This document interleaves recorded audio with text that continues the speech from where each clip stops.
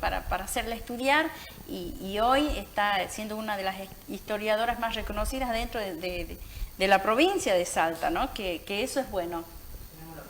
Bien, bueno, tenemos una comunicación vía Zoom también con Julio Quintana,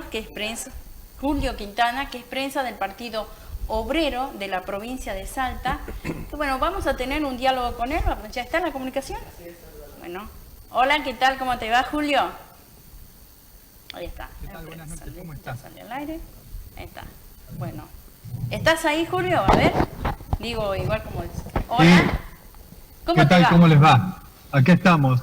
Bueno. Terminando una reunión y viajando, pero cumpliendo con el compromiso del reportaje.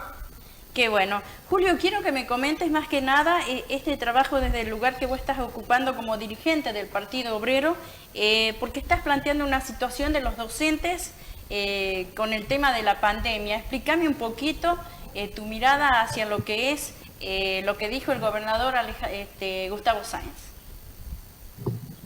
Sí, en primer lugar, nosotros festejamos la decisión que tomó la docencia autoconvocada en su última asamblea provincial de este sábado pasado, en donde, haciendo un análisis de lo que es la vuelta a las aulas que ha impulsado el gobernador Sáenz y el gobierno nacional, la cantidad de casos de COVID que se han detectado, las más de 100 escuelas que hoy en día están cerradas, justamente por haberse detectado casos de COVID, más de 150 niños aislados en el departamento de San Martín, etcétera, han considerado que no hay condición alguna para la presencialidad, que es inaplicable el protocolo que armó el gobierno y que sin vacunas no se puede garantizar ningún tipo de presencialidad y por lo tanto piden la suspensión de las clases presenciales a la par de que se garanticen los insumos de bioseguridad necesarios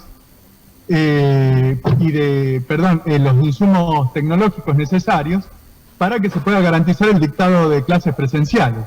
Bien, entonces ahora... consideramos que es una decisión muy acertada por parte de la docencia, porque está claro por la experiencia de otros países, por lo que está pasando hoy mismo en Salta y en el país, que la apertura de las escuelas contribuye a una escalada de casos de COVID en lo que ya hoy en día está declarado como una segunda ola o como el inicio de una segunda ola. ¿Cuál es tu mirada en cuanto a que llegó como presidente nuevamente el señor Aguilar, presidente del COE, el señor Aguilar, en donde él dice que las clases van a seguir, el tema de los negocios van a seguir abiertos? Contame un poquito también, porque sé que tenés una reflexión al respecto, ¿no? Totalmente. Nosotros hemos sacado un parte de prensa planteando polémicamente, claro, que Aguilar es presentado como un piloto de tormenta, pero en realidad nos lleva hacia un abismo, nos lleva hacia una crisis sanitaria fenomenal. Aguilar, cuando fue titular del COE el año pasado, era uno de los más insistentes defensores de que se mantenga abierto el conjunto del proceso económico, cuando estábamos en lo peor de la pandemia en agosto, septiembre del año pasado, y solo después de enormes movilizaciones, es decir, verdaderas puebladas, sobre todo en el caso de Orán, y después también en el departamento de San Martín por el colapso hospitalario de la zona, cayó la ministra Medrano, la ministra de Salud, y el gobierno se vio obligado a tomar una serie de restricciones. Es decir, que Aguilar siempre defendió una política aperturista, como la que aplica Bolsonaro en Brasil y ha llevado un desastre a este país.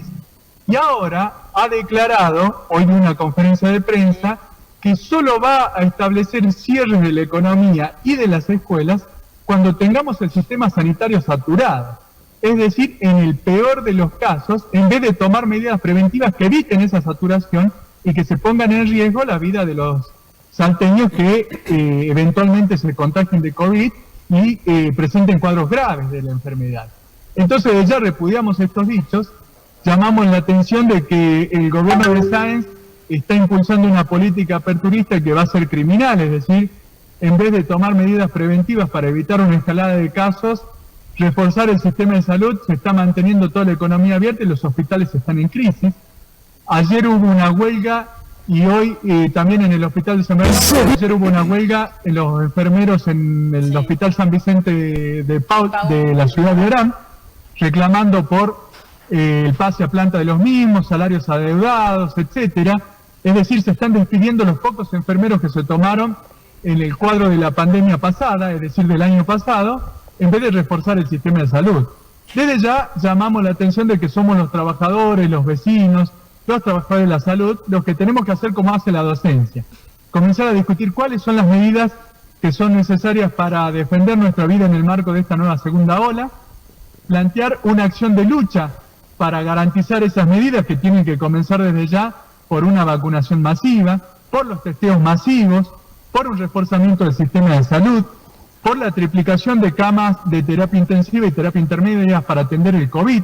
Hoy en día, solo con 200 casos tenemos una situación en donde ya 200 casos se produjeron ayer, tenemos una situación de ocupación de cama del 76% de terapia intensiva. Entonces estamos muy cerca de un colapso.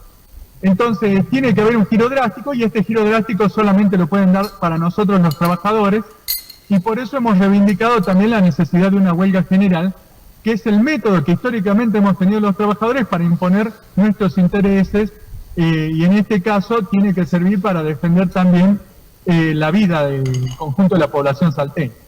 Bien, bueno, Julio, realmente me gustó esta charla que tuvimos, que vos has visto cómo son los tiempos en cuanto a los medios, pero destacar, ¿no?, ese trabajo de ustedes desde ese lugar que ocupan, tan importante como es el Partido Obrero, darnos cuenta, ¿no?, lo que está pasando con estos también alumnos allá, 150 chicos con problemas de COVID, y que, bueno, ojalá que realmente el gobernador y la gente que está dentro del gobierno replantee, ¿no?, esta situación y no lleguemos a un colapso o podamos prever o prevenir, como ustedes dicen, esta situación muy difícil por la que vivimos, ¿no?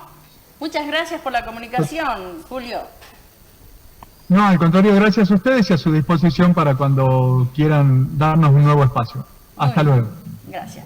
Bueno, ahí estuvimos, ¿no?, hablando y no sé si ustedes han escuchado realmente claros y concisos los planteos que ellos hacen, ¿no?